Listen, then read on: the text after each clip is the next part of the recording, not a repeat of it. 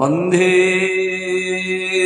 গুরুবদ দণ্ডং ভক্তবৃন্দ সহনীত চৈতন্য প্রভুং বন্দে নিত্যানন্দ সহোদিত শ্রীনন্দ নন্দনং বন্দে রাধিকা চরণোদয়ং গোপীজন সমাযুক্তং বৃন্দাবন মনোহর।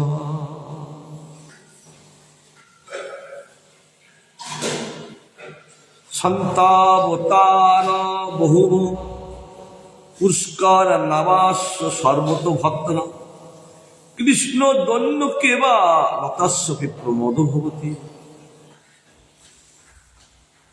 নারায়ণ নমস্কৃত্য নরং চৈব নরোত্তমঃ দেবীং সরস্বতীং ব্যাসং ততো জয়মুদীরয়ে।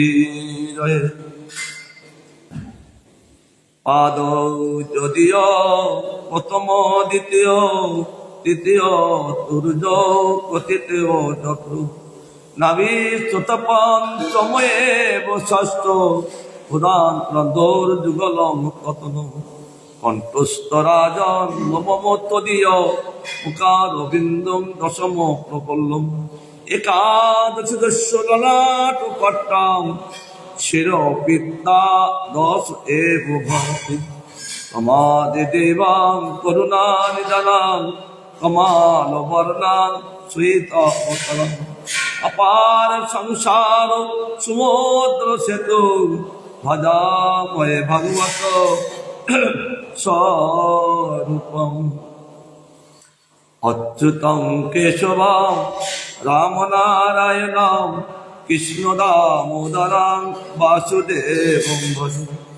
শ্রীধরং মাধবং গোপিকা বল্লভং রাধিকা নায়কাং কৃষ্ণচন্দ্রং ভজে। এই শ্লোকটা স্তুতি লিখেছেন রামের ওপরে, রামের ওপরে, রামের স্তুতি। ওখানে লেখা আছে জানকী নায়কাম, গুরুমাজ বলছেন ওইটাও হবে। গুরুমাজ ওই পাত্তা ঘুরিয়ে দিয়ে রাধিকা নায়কাম কৃষ্ণচন্দ্র ভজে।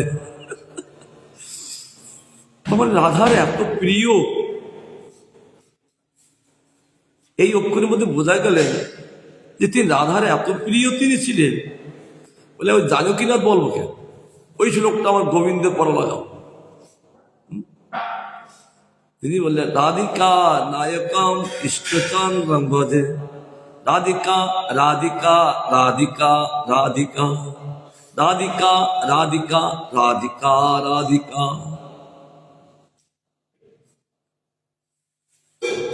যত বাইরের তত্ত্ব আছে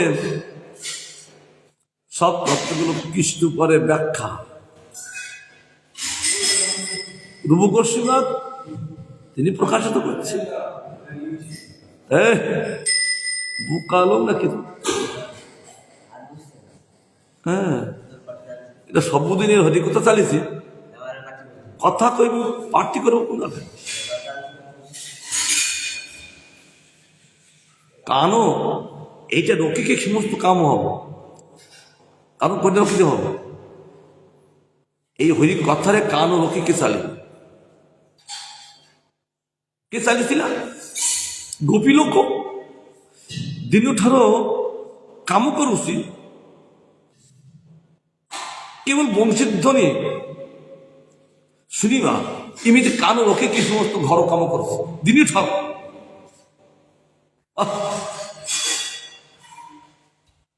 ରାମକୁ ସେ ବାହାର କାନ ରଖିକି ସମସ୍ତ କାମ କରୁଛନ୍ତି। ତା କେମିତି ହରିଭକ୍ତି ହବ?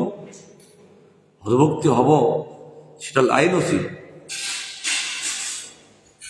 রূপ গোস্বামীনাথ বলছেন রূপ গোস্বামীনাথ তিনি কৌশল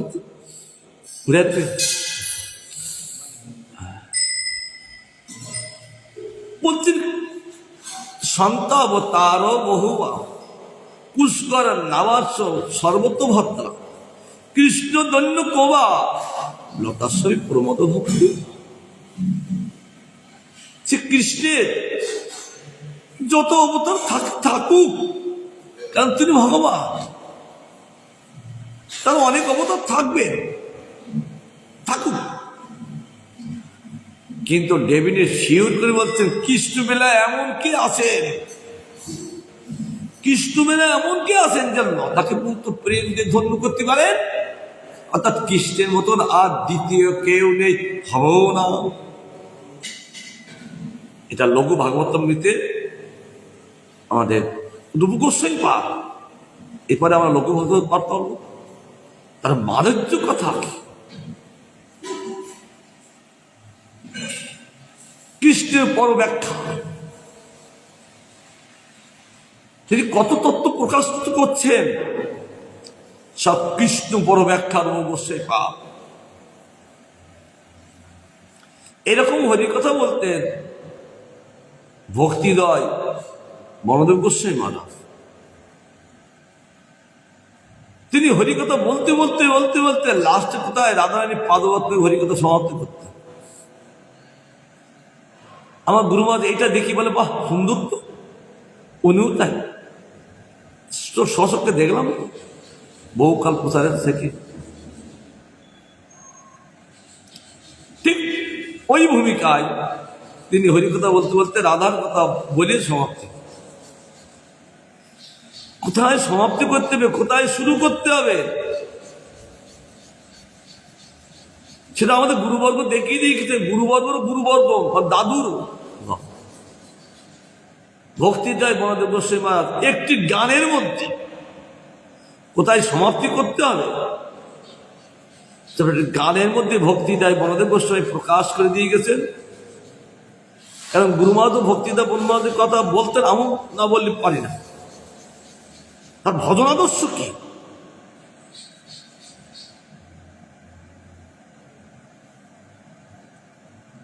কি শ্রীগুরু চরণ কমল পারাগে রাজীব সাজিয়া পরে নাসিব মাতায়া পরাণ ভরিয়া ধরিয়া চরণ দুখানি। শ্রীগুরু চরণ কমল পরাগে রাজীব সাজিয়া আপনে। আমি এই আমার শরীরটা কোথায় রাখবো, কোথায় মজিয়ে রাখবো? একমাত্র গুরুদেবের চরণে আমার এই দেহটা দিয়ে সেখানে মজিয়ে, অর্থাৎ রসালো করি না, অন্য জায়গায় রসালো হয় না। আর রসালো হলে নাচিব মাতায়া পরানো ভরিয়া ধরিয়া চরণ দুখানে। একটি গানের মধ্যে মাধুর্যময় করে তিনি তুলে ধরলেন যে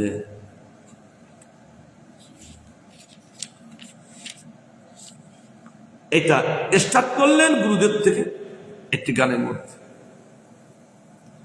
সমাপ্তি করছেন শ্রীগুরু চরণ করুণায় আমার দ্বৈত দাসিকা কীর্তিদা কন্যার বিমলা প্রসাদে জগতে আসিল রাধিকা নয়ন মনি।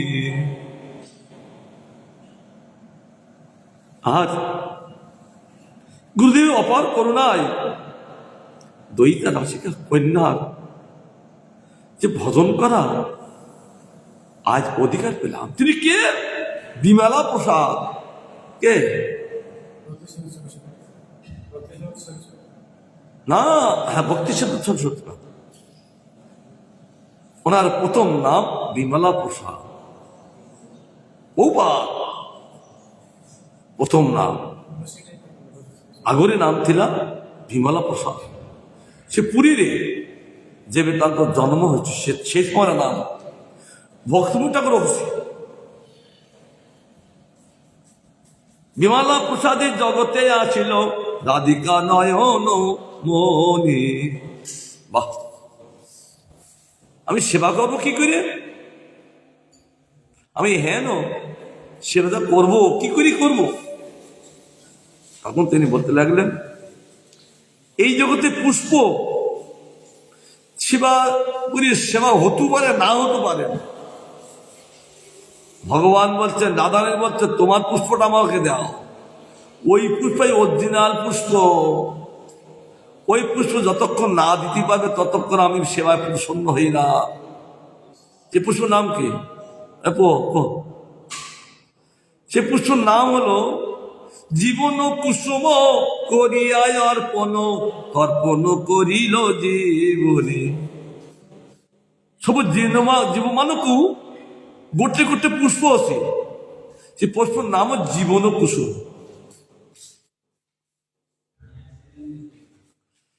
যেতে জীবমান অছি সমস্ত জীবমানকু গোটে গোটে পুষ্প কি নাম? জীবন কুসুম। কুসুম মানে ফুল। এই ফল দেখি গুরুদেবଙ୍କର পূজা, এ বাদ্য পূজা নহলে হব, এ পূজা নহলে কেবে পূজা হব নাই। এ ফুল আগরে লাগিব, আর এ পূজা ফুল নহলে কেবে পূজা হব নাই।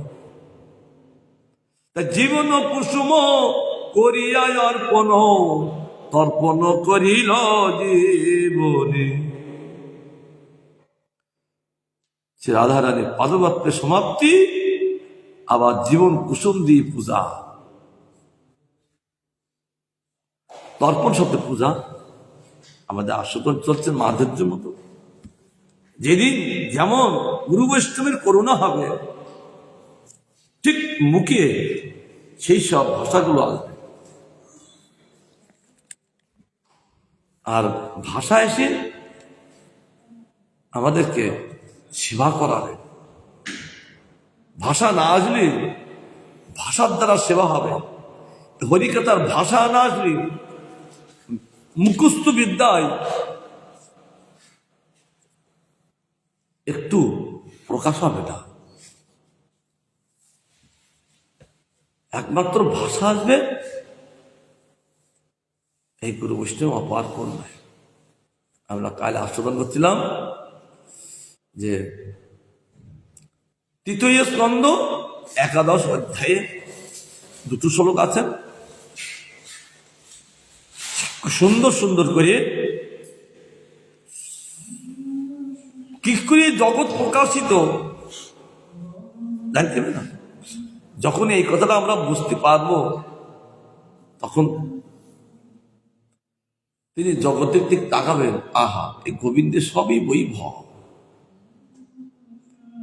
যেমন রাশি বৈভব এক হইয়ে শতকোটি কৃষ্ণ শতকোটি গোপী, সেখানে 2 জনের বৈভব, রাধার বৈভব, গোবিন্দের বৈভব। গোলকের বৈভব লীলা প্রকাশ করিল। এই বৈভবটা কি এই জগতে না, এই ভাব এই জায়গায় গোলকে। যাই হোক, আবার এই ভূলোকে এই বৃন্দাবনে তিনি এই বৈভব প্রকাশ করেছেন। জানিয়েছেন কি, আমি যেখানে লীলা করি সেইটাই বৃন্দাবন। কারণ এই ভ্রম বৃন্দাবন, বৃন্দাবন দ্বিতীয় কোনো ভাষা না। এটা ভ্রম বৃন্দাবন বলেন কেন? ভ্রমণ করেন গোবিন্দ, তাই বৃন্দাবন জানালেন। এদি এইটাই বৃন্দাবন। প্রত্যেক ব্রহ্মাণ্ডকে সৃষ্টি করে তিনি বৃন্দাবন প্রকাশ করে লীলা করে সকলকে সুখী করতে লাগলেন। তা এইটাই বৃন্দাবন। নাহলে আমার বৈভব কোথা থেকে আসবে? আমার বৃন্দাবন না হলে বৈভব প্রকাশ হয় না। গোলক কোনো বৈভব লীলা প্রকাশ করে না। গান করেছেন কে? বাসুদেব ঘোষ। তিনি সুদেবীর সখীর অবতার। তমলোকে কেবল তিনি সেই বকুল গাছ তলায় বসে কেবল ভজন করছেন, এখনো ভজন কুটিরে আছে। আর হাত জোর করি, আমি যাকে ভজন করছি তাকে যদি দর্শন না করি তাহলে আমার ভজনে পক্ষতা আসবে কি করে? ভজনে পক্ষতা তখনই আসবে তাকে দর্শন করলে। যেমন নন্দগ্রামে এক বাবা, সে ছোট্ট থেকে বৃন্দাবনে নন্দগ্রামে ছিলেন, 80 বছর বয়স হয়ে গেছে। তাহলে কত বছর কৃষ্ণ বলরামের জন্য মালা গাচ্ছে। কিন্তু মালাটা কেমন হয়েছে কি না হয়েছে, একটু হ্যাঁ হু বললি না মনটা ভরি যান। কাল যেমন রসাটা এত ভালো হয়েছে না, প্রশংসা হয়েছে, শিবাসে মনটা ভরিয়ে গেছে, তাই না? ভরে এখানে তোর দ্রুপ বলছে আমি এতদিন মালা গাচ্ছি, কিন্তু ভালো হচ্ছে কি খারাপ হচ্ছে কৃষ্ণ বলরাম একদম বলছেন। আমি তার জন্য মালা গাচ্ছি, তিনি তো একটু খারাপ হোক কি ভালো বলবে তো, কিচ্ছু বলছেন।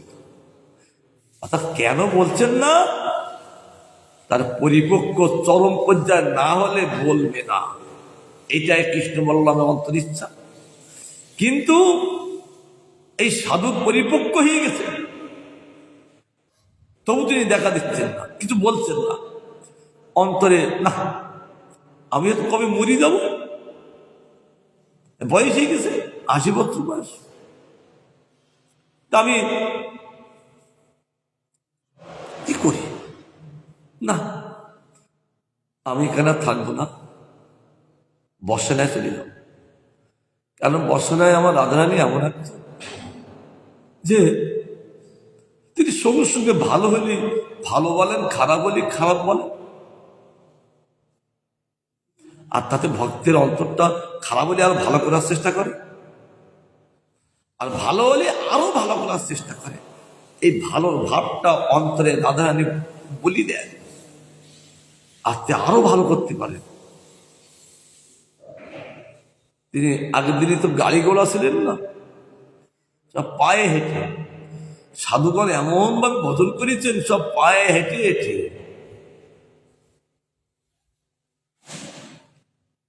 নবদ্বীপবাসীর ভক্তগণ তারা 4 মাস পুরীধামে থাকবেন, মহাপ্রভু আদেশ। চৈতন্য বর্ণনা করছে। এবার পুরীধামের থেকে যাওয়ার পর দিন থেকে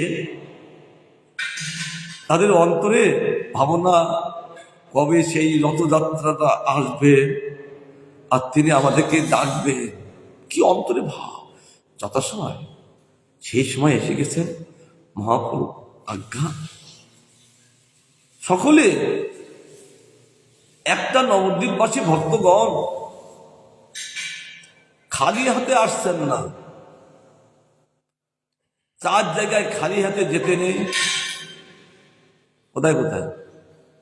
গুরুদেবের কাছে, ভগবানের কাছে, রাজার কাছে। আর মেয়েটা যখন বাবের বাড়িতে আসবে, বাবার জন্য মার জন্য কিছু পূজার তার সেবার উপকরণ নিয়ে যাবে, বুঝতে পারছি। 4 জায়গায় খালি হাতে যেতে নাই। তাই শ্রীমান মহাপ্রভুর প্রিয় প্রিয় বস্তুগুলো যে 4 মাস থাকবে, 4 মাস থেকে মহাপ্রভুকে নিমন্ত্রণ করবে, তার জন্য প্রিয় প্রিয় বস্তুগুলো তারা কিন্তু নিয়ে আসছে। চৈতন্য চৈতন্যতে এত বর্ণনা, শুধু পড়ে গেলে না, ভিতরে ঢুকতে হবে। আর ভিতরে ঢুকলি তখন কি মজা, রসালো হবে। হ্যাঁ হ্যাঁ, সোজাই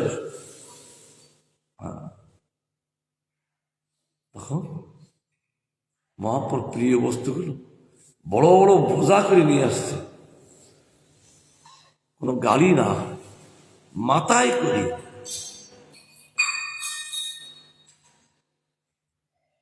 করে আনছেন তারা? এখান থেকে রাস্তা পর্যন্ত গেলে মাথা টাটায়, যন্ত্রণা করে, জ্বালা করে। কি করে তারা আনছেন? কতদিন হেঁটে আসবে বলো তো? 1 মাস হেঁটে আসবে সেই নবদ্বীপ থেকে, 1 মাস হেঁটে আসবে। 1 মাস হেঁটে গেলে তো ওই বোঝাটা কত বড় বড় বোঝা, কিন্তু তাদের কোনো কষ্ট নাই। কেন? যে বস্তুটা আনছেন ওর মধ্যে প্রেম আছে। ওই প্রেম আছেন বলে ওই বোঝাটা তার মাথায় বেশি কষ্ট দিচ্ছে না। গৌরসুন্দর বলতেন তাকে তো কষ্ট দেওয়া যাবে না, সে কি সুন্দরভাবে আত্মিক করে নিয়ে আসছে। মাথায় যে একটা বোঝা আছে, কোনো অনুভব নেই। কেউ গৌর প্রেমে গৌর গৌর করতে করতে সমস্ত নদীয়াবাসীগণ ওই পুরীতে আসছে। তদ্রূপ প্রেমের সম্ভব, প্রেমে কষ্ট হয় না। আর যার প্রেম নেই কষ্ট হয়, আর একে অপরের প্রতি হিংসা আসে। ও করছে আমি একা করছি, ও করছে না আমি একা করি, পারি নাকি? আর প্রেম থাকে না, না, না, আজ আমার কি সৌভাগ্য, আজ এই সেবাটা করার সুযোগ পেয়েছি, এই বলতে থাকবে। যেমন অম্বরীশ মহারাজ বলেছে, তিনি পৃথিবীর একছত্র রাজা, আর গোবিন্দের সেবাটা চোখটা ছোট আঁকি বুঝি যাও না তো। কিন্তু গোবিন্দের সেবাটা নিজে হাতে। একদিন তিনি অন্যত্র একটু গিয়েছেন, আসতে লেট হয়েছেন। এই মন্দির মাধ্যমটা ওনার স্ত্রী করেছে। যেহেতু গৃহে তো গৃহে এত বড় মন্দির না, ছোট মাধ্যম নান মন্দির থাকে, সেই সেবাটা ওনার স্ত্রী ওই মাধ্যম করছেন নান মন্দিরটা। সেই সময় উনি এসে দেখছেন ওনার স্ত্রী ওই মাধ্যম করছে, আর দুঃখ করছেন, হায় হায় আজ এই সেবাটা আমি নিজে হাতে করতে পারলাম না। দুঃখ করছে, এ কি ভক্ত! তার জন্য ভগবান, তার জন্য কোনো অমঙ্গল নয়, তার জন্য ভগবান চক্র রেখেছে। সুদর্শন, এহেন বৈষ্ণবকে রক্ষা করার জন্য তোমার রাখলাম, এহেন বৈষ্ণবকে রক্ষা করবে। এই জন্যই ভগবানের হাতে যখন থাকেন সেই চক্রের নাম সুদর্শন চক্র। সুমনে ভালো দর্শন। ওই চক্র যখন চলেন ভগবানের সঙ্গে সব আলোকিত করিয়ে, শুভদৃষ্টি দান করিয়ে, শুভদৃষ্টি দান করেন আলো করিয়ে, আর চারিদিক দিকে সমস্ত ভক্তগণ ওই গোবিন্দকে দর্শন করেন। ওই সুদর্শন, ভালো সুদর্শন মানে ভালো প্রকাশিত আলো করিয়ে দেন। আর সমস্ত ভক্তগণের গোবিন্দের দর্শন করার জন্য কখন ত্রুটি হয় না। তখন যে যেমন ভাবে থাকেন তারা গোবিন্দকে দর্শন করতে থাকেন। এই জন্য আমাদের নারায়ণ এই কথাটা ব্যাখ্যা করেছেন ব্রহ্মপুত্র পুরাণে। সৎ সুদর্শন মানে ভালো একটা শুভ মঙ্গল যুক্ত বস্তু দর্শনটা। সেই চক্র আমাদের অম্বরীশ মহারাজের কাছে রাখলেন।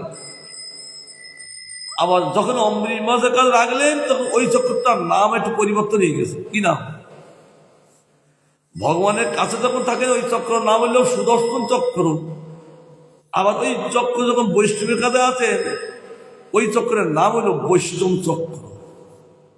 মনে নেই কিছু করছে? হ্যাঁ, বৈষ্ণব চক্র। ভগবান খুশি হয়ে কি সেই চক্র অমিছে পাক্র খুশি মুখ করে ମୁଁ ସବୁ ସମୟରେ ମୁଁ ରହିପାରିବି ନା। ତାଙ୍କର ସେବା ମୁଁ ଚକ୍ର ରଖୁଛି, କେ ଆସେ ତାଙ୍କୁ ଅନିଷ୍ଟ କରିବେ, ମୁଁ ସେଟା ମୁଁ ସହିତେ ପାରିବି। এই ভাব, ସେଥିପାଇଁ ସେ ଚକ୍ର ନାମ ବୈଷ୍ଣବ ଚକ୍ର। ତମେ ବୁଝିପାରୁଛ? ହଁ, ସେଇটা বৈষ্ণব চক্র।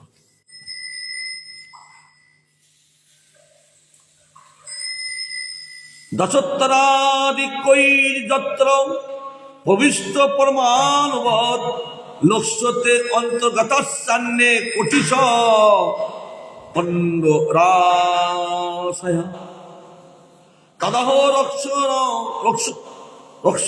রকম ব্রহ্ম সর্বকারণ কারণম বিষ্ণুধাম পরম সাক্ষাৎ পুরুষস্য মহাত্মন। একসঙ্গে দুটো শ্লোক দিলেন, এটা অনুষ্ঠুপ ছন্দ। ব্রহ্মাণ্ডের পরিমাণ অপেক্ষা উত্তরোত্তর 10 গুণ অধিক অধিক কোটি কোটি এবং রাশি রাশি ব্রহ্মাণ্ড যাতে প্রবিষ্ট হইয়া পরমাণু তুল্য লক্ষিত হয়। ভাষাটা দিচ্ছেন কি দেখি তো, আমাদের এই ব্রহ্মাণ্ড সবচেয়ে ছোট, যার জন্যে আমাদের ব্রহ্মা 4 মুখ, বেশি পক্ষের লাগেন না। আর এর চেয়ে অধিক অধিক আর যত ব্রহ্মাণ্ড আছেন, এর 50 কোটি এই ব্রহ্মাণ্ডের পরিমাণ। কিন্তু আর ব্রহ্মাণ্ডগুলো 150 কোটি, তাদের 107 কোটি, 207 কোটি, এরকম করতে করতে 1000 কোটি। আর কত বড় ব্রহ্মাণ্ড সেটা, এমন অদ্ভুত লীলা করছে। শ্রবণ গোস্বামী মহারাজের এক শিষ্য, এখনো তিনি মায়াপুরে আছেন, উনি পাঠ করছেন প্রভুপাদের মন্দিরে ভগবানের বিভূতির কথা। তিনি এই জগতে বিভূতিটা বললেন। আমি তখন বলছি, প্রভু চিৎ জগতের বিভূতিটা বলুন। বলে এই ভগবানের এই মায়িক জগতের বিভূতিটা আগে দেখো, তারপর সেই জগতের বিভূতি দিও। হ্যাঁ, এই জগতের বিভূতি আমাদের মাথায় আসছে না, কি বিভূতি? এই জগতে যে বিভূতি আছেন মায়িক বিভূতি, আর ওই জগতের চিৎ বিভূতি, সেটা কি? অশোক, অভয়, অমৃত আধার, তার বিভূতি। তার জন্য ওখানে কোনো শোক নাই। আমাদের বক্তব্য তাই করলেন, আত্মনিবেদন তোয়াপাদে করি হইন পরম সুখী, দুঃখ দূরে গেল চিন্তা না রইল, চৌদিকে আনন্দ দেখি। কি দেখছো? চৌদিকে আনন্দ, কি আনন্দ? অশোক ভাই অমৃত আধার, তোমার চরণ দয়, তাতে এখনো বিশ্রাম লোভিয়া ছাড়িনু ভবের ভয়। হে ভগবান, আমি দেখছি সে চিত্রগত অভয়, অশোক, অভয়, অমৃত, 3টি বিভূতি আমি সেখানে বিশ্রাম করে শুধু দেখছি। কি বর্ণনা করবো? এক বিভূতির দ্বারা, মায়িক বিভূতির দ্বারা ভগবান তিনি এমন ভাবে প্রকাশ করে চলেছেন যে উত্তরোত্তর 10 গুণ ও অধিক কোটি কোটি রাশি রাশি ব্রহ্মাণ্ড ওর, আবার কোথায় পরিবিষ্ট? তাতেই পরিবিষ্ট। এত ব্রহ্মাণ্ড, কি করি এত বড় ব্রহ্মাণ্ডগুলো গোবিন্দের অঙ্গে প্রবিষ্ট করে আসেন? এত জায়গা কোথায়? প্রত্যেকটা ব্রহ্মাণ্ড 10 গুণ অধিক অধিক কোটি কোটি রাশি রাশি। কিন্তু আবার সেইগুলো সব ব্রহ্মাণ্ড বলো গোবিন্দ মধ্যে প্রবিষ্ট। গোবিন্দের শরীরটা কত বড় দেখতে, হ্যাঁ? আমরা দেখছি মন্দির ওইটুকু শরীর না, দিব্য চোখ যখন ভগবান দান করবে তার শরীরটা দেখলে বোঝা যাবে এই কোটি, এই এত অনন্ত কোটি ব্রহ্মাণ্ড তার শরীরে কি করে আসে, তখন সেই ব্যক্তি অনুভব করতে পারবে। এখন আমরা পারবো না। দেখুন এই মেধার দ্বারা কাজ না, আর একটা মেধা চাই, আর একটা চোখ চাই। চোখের নাম কি? দিব্য চক্ষু। অর্জুনকে বলছে, অর্জুন তুমি আমার বিশ্বরূপ দর্শন করবে, তোমার এই চোখে দর্শন হবে না। আমি যদি আর একটা চোখ দান করি, তবে তুমি এই একাদশ স্কন্ধে বলতে, একাদশ অধ্যায়ে গীতায়, তাহলে তুমি আমার দেখতে পাবে। কেন? ওই বিশ্বরূপ দর্শনটাই আমার, আমি নিজস্ব একটা চোখ দান করি, তবে আমাকে দেখেন। এই বিশ্বরূপ দর্শনটা আমাদের অদ্বৈত প্রভু করেছে, তাও দেখিয়েছে। কারণ তিনি শুনিয়েছেন, তিনি অর্জুনকে ওই বিশ্বরূপ দর্শন করিয়েছেন।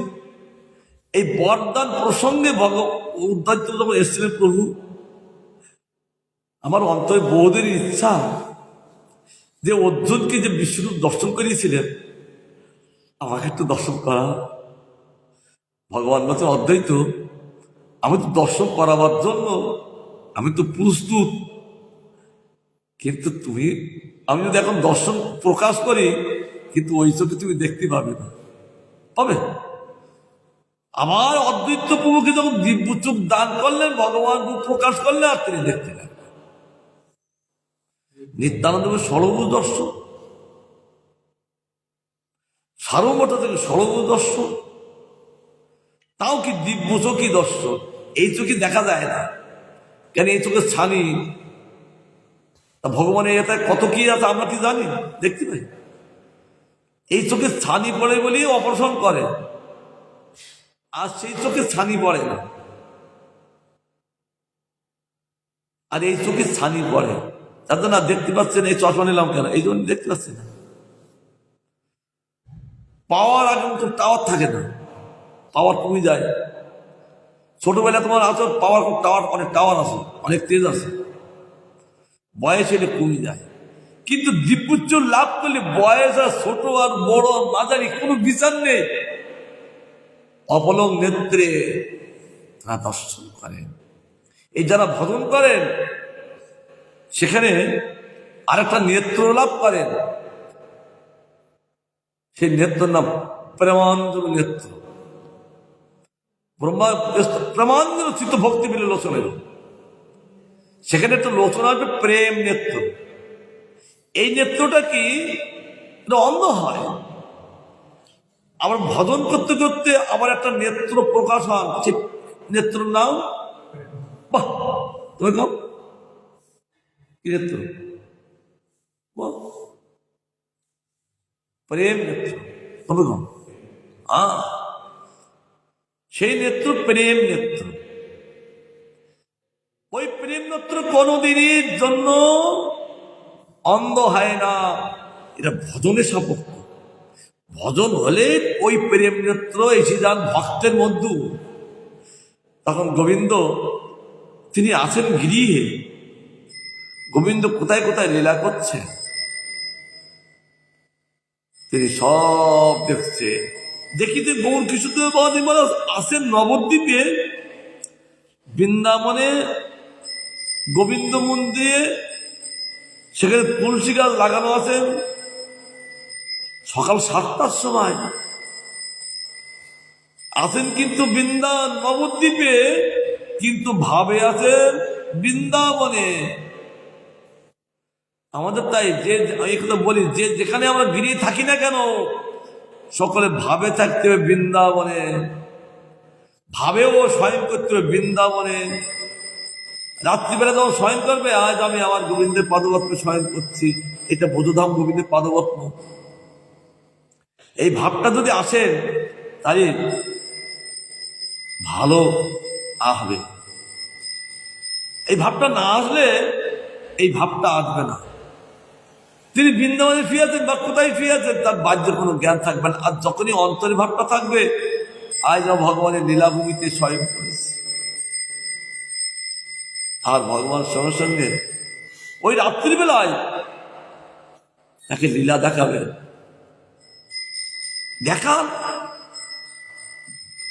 দেখাতে বাধ্য। অন্তরে ভাবনাটা তো বেশ পরিষ্কার আছে তো। এই যে মায়ের জগৎ এমন, ভগবানের মধ্যে সবকিছু অবস্থান করেন, সবকিছু প্রকাশ হন ওই প্রেম নেত্রের দ্বারা। ভক্তগণ দেখে ভগবান থেকে যত প্রকাশ হচ্ছে, দেখছে সবই ভগবান জীবাত্মা রূপে। জীবাত্মা রূপে যা প্রকাশ হচ্ছে সবই ভগবান। মমই বংশ জীবলোকে জীবভূত সনাতন মনস্থানে ইন্দ্রাণী প্রকাশানি করছে। হ্যাঁ, বলছেন গীতায় সব আমারই অংশ, বিভিন্ন অংশ। এক ভগবানের বিভিন্ন অংশ রূপে আছেন। এই জন্য এই আমরা চারজন বসে আছি, তখন কেউ কারোর সঙ্গে মুখে এড়ায় আগ নেই আছে। ইয়ে কি সৃষ্টি ভগবান! আমি তো অবাক হয়ে যাই। এখানে যে হাজার লোক যদি বসে থাকি, তখন কারোর মুখের সঙ্গে কারোর মিল নেই, কারোর গুণের সঙ্গে কারোর মিল নেই।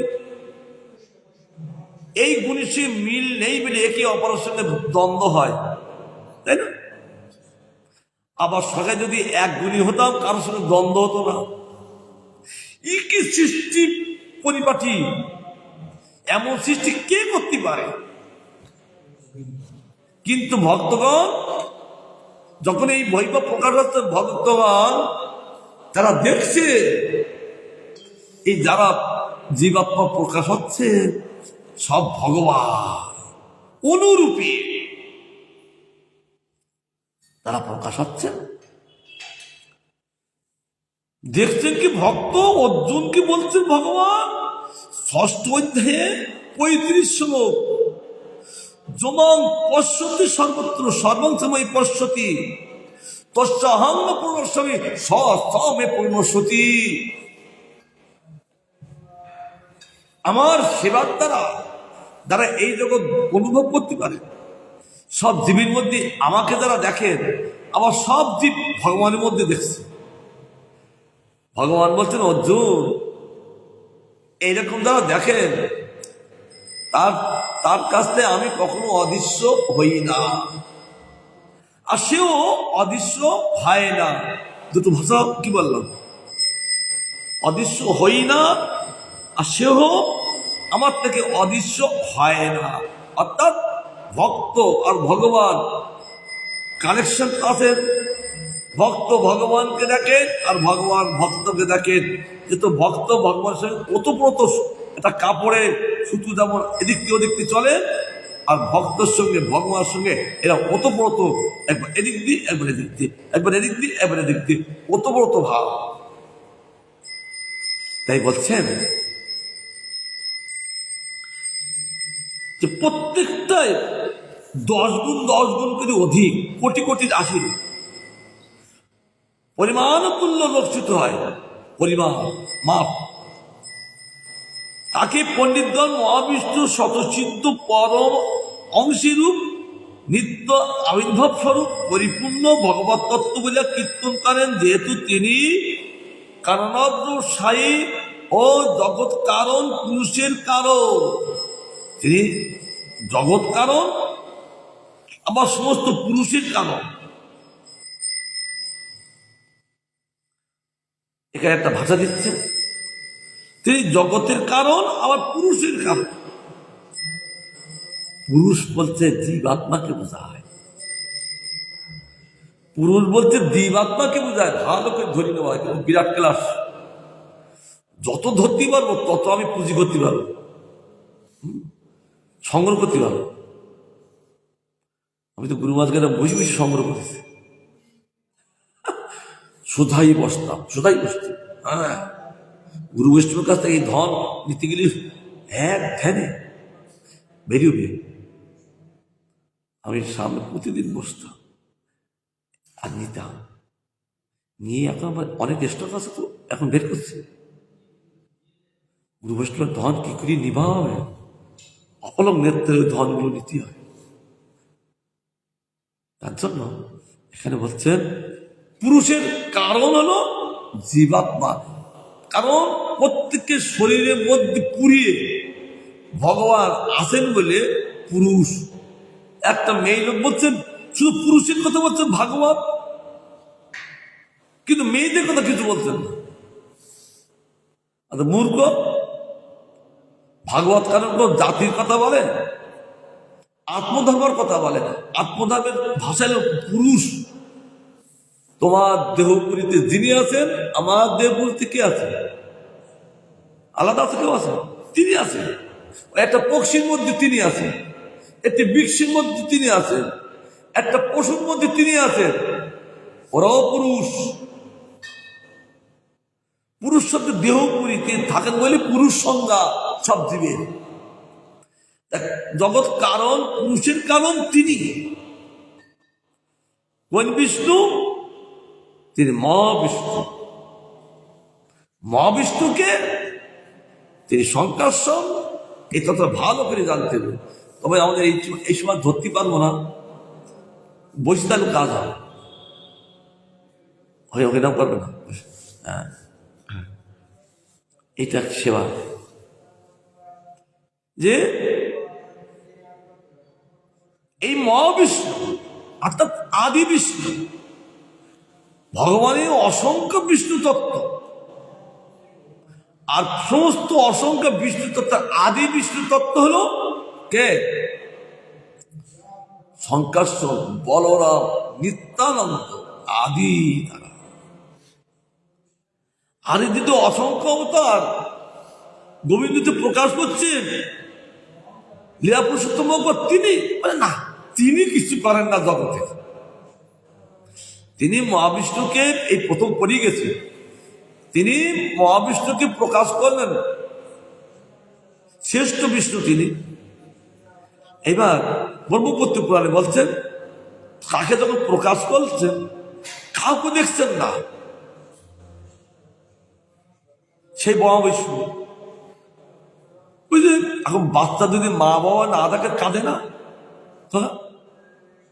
একটা বাচ্চা যদি মাকে না বাবাকে না দেখার কান্তি থাকে, সে কান্তি লাগবে, আমাকে কে জন্ম দিল, কিন্তু কাঁদতে দেখছি না। সে যখন এরকম ভাবে কাঁদতে লাগলেন, ভগবান অলৌকিক এসে তার হস্তটা মুখে দিলেন। আর ভগবানের হস্তপদ্ম মানে মধু, এরকম যেই না মুখে দিয়েছে। বাচ্চাদের তার মিষ্টি জিনিস বলে কিন্তু কাদা বন্ধ হয় না? বাচ্চাদের মুখে মধু দেবে, কাদা বন্ধ হয়ে যায়। এরা চারটি থাকেন। আর এই ভগবান লীলা পুরুষোত্তম ভগবান ওই মহাবিষ্ণুর মুখে যখন হস্তটা দিলেন, আর তখন তিনি ভগবানকে দেখলেন। কি ব্রহ্মপুত্র পুরাণে বলছেন, তিনি তখন ভগবানকে দেখলেন। এবার তার কান্না বন্ধ হয়ে গেল। এক অমৃত হস্ত স্পর্শে ওই মধু পান করার সঙ্গে সঙ্গে তার কান্না বন্ধ। ভগবানকে তখন মহাবিষ্ণু বলছেন, ভগবান মহাবিষ্ণু বিষ্ণু আদি বিষ্ণু, তিনি সর্বেশ্বর ভগবান, সকলের ঈশ্বর তিনি। তার জন্য ভগবান এই ভক্তিবদ্ধ তিনি গান করেছেন, তুমি সর্বেশ্বরেশ্বর বোধেন্দ্র কুমার, তোমার ইচ্ছায় বিশ্বে সৃজন সমার। কত অনুভব করছেন, তিনিও দেখলেন জগৎ, তার জন্য এই গানে রচনা করলেন। আজ যদি ভক্তিবদ্ধ না আসতেন, তাহলে আমাদের এই কৃষ্ণধন পেতাম কোথায়? কৃষ্ণধন তিনি প্রকাশ করে রেখে গেছেন ভক্তিমোহন ঠাকুর। এই জন্য তিনি সত্যম গোস্বামী ভগীরথ। তিনি ভগীরথ যেমন গঙ্গাকে নিয়ে এসছেন, আর আমাদের ভক্তিমোহন ঠাকুর ভগীরথ, তিনি কৃষ্ণ প্রেম বন্যা জগৎকে ভাসিয়ে দিচ্ছেন ঔবাদের দ্বারা। এই জন্য ভগীরথ তুল্য সেই ভক্তি ঠাকুর। তিনি সত্যম গোস্বামী, ষড় গোস্বামী এলো আমাদের গোস্বামীগণ, আর পরের গোস্বামী এলো ভক্তের ঠাকুর। আহা, কি মার্জিত কথা গো! তিনি সকলে সব ঈশ্বর, কিন্তু সর্বেশ্বরকে সেই গোবিন্দ। তখন তিনি বললেন যে প্রভু এখন আমার কি সেবা, তখন আমি কি করব? ভগবান বললেন, গোবিন্দ বললেন, গোবিন্দ অবার নাম লীলা পুরুষোত্তম, তিনি লীলা ছাড়া কিছু করেন। এইসব ব্রহ্মাণ্ড সৃষ্টি করে তিনি ব্রহ্ম বৃন্দাবন প্রকাশ করে লীলা করে সকলকে সুখী রাখেন। তিনি ছাড়া জগতে সুখী রাখতে পারেন না কাউকে। আমি নিজে নিজে হাতার চেষ্টা করলেও সুখী থাকতে পারি না। গুরু বৈষ্ণব ভগবানের অপার করুণা হবে, তখন জীব সুখী থাকে, নইলে সুখী থাকতে পারেন না। তাই বলছেন তুমি ব্রহ্মাণ্ড সৃষ্টি করো। বলছে আমি তো জানি না কি করে সৃষ্টি করব। আমি সখা কি দেন, গোবিন্দ ইঞ্জিনিয়ার, লীলা পুরুষোত্তম ভগবান তিনি ইঞ্জিনিয়ার, আর মহাবিষ্ণু মানে শঙ্কর্ষণ, স্বয়ং রূপে আকর্ষণ করে যাকে প্রকাশ করেছেন তিনি শঙ্কর্ষণ গোবিন্দ। এই জন্য তার মহাবিষ্ণু আমার শ্রেষ্ঠ বিষ্ণু, আদি বিষ্ণু। তার জন্য সেখানে বলছেন তাহলে আমি সকাকে দিন ভগবান সঙ্গে সঙ্গে অনন্ত কোটি ব্রহ্মাণ্ড, অনন্ত কোটি জীব সৃষ্টি করার সঙ্গে সঙ্গে যিনি ভালো ইঞ্জিনিয়ার তার দেরি হয় ইঞ্জিনিয়ার যিনি হন শুধু দেখবেন প্রত্যক্ষ প্রমাণ। এই দুটো বিল্ডিং এ কি করে কি মন্দির হবে, ঘরগুলো কেমন করে হবে আমরা দেখ সেখানে আসি। আমার গুরুমা ওই ঘরে কোনায় বসে তিনি সকাকে দিলেন, এরপরে এই হবে, এরপরে এই হবে। এইবার তথাপি ইঞ্জিনিয়ার দরকার এই প্ল্যান করতে গেলে। ইঞ্জিনিয়ার এসছেন, তিনি দেখছেন। এবার গুরুমার যে সত্তা আঁকিয়েছেন দেওয়া হইল, দেখি বলতে এ কি ব্যাপার, এই প্ল্যানে তো আমি তো সকা খাবো, কিন্তু মহারাজ কি করে সকা গেলেন? উনি কি ইঞ্জিনিয়ার ছিলেন? উনি শুধু ইঞ্জিনিয়ার কেন, ওপরের ইঞ্জিনিয়ার তিনি। দেখি আমার আনন্দ হল। ওই ইঞ্জিনিয়ার তখন বলছেন এই শখটা কে আঁকালো? আবার তিনি গুরুমাদ ওই বিল্ডিং আসেন, তিনি বলছেন महाराज जी आप कैसे ऐसे शौक है ऐसा देखने अच्छा तो मेरा का शौक है इस तो आपकी इंजीनियर गुरुमार হাসছে। দেখো স্বয়ং ভগবান যাদের একটু এই সৃষ্টির একটা বিধান আছেন, সেই প্রাণ গোবিন্দ শখ আঁকি দিলেন। সেই শখ আঁকি দিলে এবার কাজ করে করা কন্ট্রাক্টর, সে বুঝতে পারছে না যে থিলা কন্ট্রাক্টর এবার কাজ করে। এখন সরকার ছিল কন্ট্রাক্টর, এই ছক দেখি। আর আদি কন্ট্রাক্টর মানে তার এত মেধা, ভগবানের এই ছকে এইসব সৃষ্টি করার কোনো ভুল নেই। যেমন সুন্দর করে তিনি ছকাকে দিলেন, তেমনি সুন্দর করে সব প্রকাশ করলেন। এই জন্য এখানে বলছেন যে মহাবিষ্ণু স্বতঃসিদ্ধ, মানে কোনো কষ্ট নেই, স্বতঃসিদ্ধ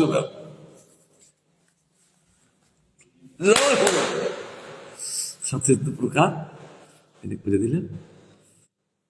আমার দুটো শ্লোকে তো হয়ে কথা হয়ে গেল।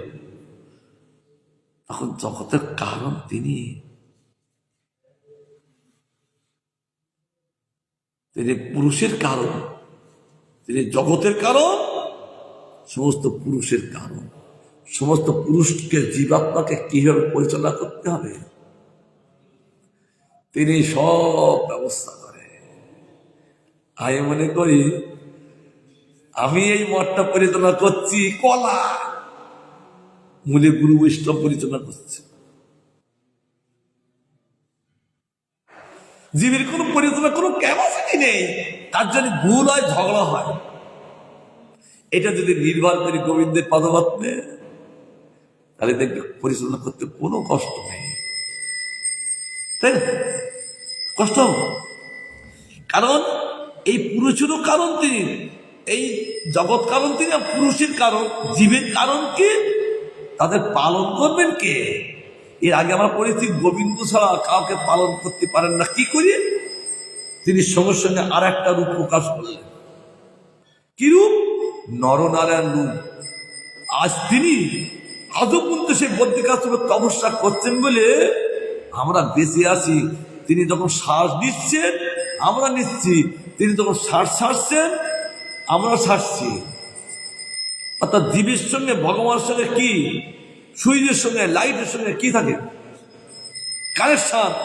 আর একথা আমি ওই বদ্রিকাশ্রমে, এই যে বৃন্দাবনে, ওখানে দিয়ে বলেছিলাম সন্ন্যাসী মনের সময়। আর ওই তিনি শ্বাস প্রশ্বাস ছাড়ছেন বলে আমরা শ্বাস প্রশ্বাস ছাড়ছি, জীবের সঙ্গে ভগবানের সঙ্গে কানেকশন আছে। আমি যে শ্বাস প্রশ্বাস ছাড়ছি, মূলি কোথার থেকে কে আমাকে ছাড়াচ্ছেন, কে নেওয়াচ্ছেন? ভগবান। কোন ভগবান? একটুকে বলল নরনারায়ণ ভগবান। তিনি তপস্যা করে জীবকে তিনি রক্ষা করে চলেছেন, বাঁচিয়ে রেখেছেন। এই জন্য ওই নারায়ণের প্রতিদিন বন্দনা করতে হয়, না হলে কিছু, কারণ যিনি আমাদেরকে বাঁচিয়ে রেখেছেন তাকে স্বর্ণপূর্ণ হতে থাকতে করতে হয় না, তাকে বলতে হয় না, সব সময় স্বর্ণপূর্ণ থাকতে হয়। ওই জন্যই তো যখনই পাঠ করা হয়, যখনই বন্দনা করা, ওই শ্লোকটা বলতে কি বলতে হয়? ভাগবতের প্রথম স্কন্ধ শ্লোক, তিনজনের স্মরণ ছাড়া হরিকথা মুখে আসবে না। নারায়ণ, ব্যাসদেব আর কে? সরস্বতী। অর্থাৎ এই সরস্বতী এই মাইক সরস্বতী না, মূল সরস্বতী রাধারানী, তিনি মূল সরস্বতী। আর এই জগতে সরস্বতী রাধারানীর ছায়া সরস্বতী, এই জগতে সেবা পুজো হয়। আর বৈষ্ণবগণ নিত্য সরস্বতীর পূজা করেন। কে? এক স্বরূপে তিনি রাধারানী হইয়া আছে, মূল সরস্বতী, আর এক স্বরূপে তিনি সেবা করছেন কি? হ্যাঁ, মুরলী রূপে, বংশী রূপে ওই রাধারানী ওই সেবা করছেন। এতে গন্ধপুষ্পে কৃষ্ণেশ্বর শ্রী মুখ বেনবায় নম। আমরা বৈষ্ণবরা নিত্যকাল ওই সরস্বতী পূজা করি, এই জগতে একবার করে। এই জন্য সেদিন পাঠে বলেছিলাম, আমরা অন্য কোনো সরস্বতী পূজার না, আমরা মূল সরস্বতী রাধারানী করব। আমাকে দেখি, আমি সে রাধারানী পুষ্পাঞ্জলি দিছি, আমাদের কেউ বাচ্চারা, উনি বলছেন আমি এটা করবো, এটা উচিত। বৈষ্ণব ছায়া পূজা করে না, বৈষ্ণব কি পূজা করে? কায়া, অর্থাৎ মূর্তিমান সেবা করে, ছায়া। আর বৈষ্ণব কায়া করেন, তাই বলেছেন। কেন বৈষ্ণব আমাদের তুলে ধরেছেন এই কথাগুলো? ভক্তিমত ঠাকুর জৈব ধর্মে এই কথা তুলে ধরেছে। অনেক কথা আজ যাচ্ছে না। এই যে বৈষ্ণবরা সবসময় কায়াকে সেবা করেন, ছায়াকে সেবা করেন। আর এরা কোথায় থাকেন? কিন্তু জায়গা কোথায়? গোলক বৃন্দাবনে থাকেন। তাদের বৈষ্ণবগণ তাদেরকে সেবা করেন। জয় শ্রী কৃষ্ণচন্দ্র ভগবান কি জয়, জয় বৃন্দাবনেশ্বরী শ্রীমতী রাধা রানী কি জয়। রসরাস মহাভাব গৌর হরি কি জয়। এই বলে ইতি শ্রীমদ্ ভাগবতে মহাপ্রেমে ব্রহ্মসূত্র ভাষ্যে পরমহংস সংগীতাং বৈয়াসিকাং তৃতীয় স্কন্ধে বিদুর মৈত্র সংবাদে কাল স্বরূপ কথনান নামৈত্র একাদশ অধ্যায় সমাপ্ত। কৃষ্ণায় বাসুদেবায় হরায়ে প্রমাত্মনে পূর্ণত ক্লেশ নাশায় গোবিন্দায় নমঃ।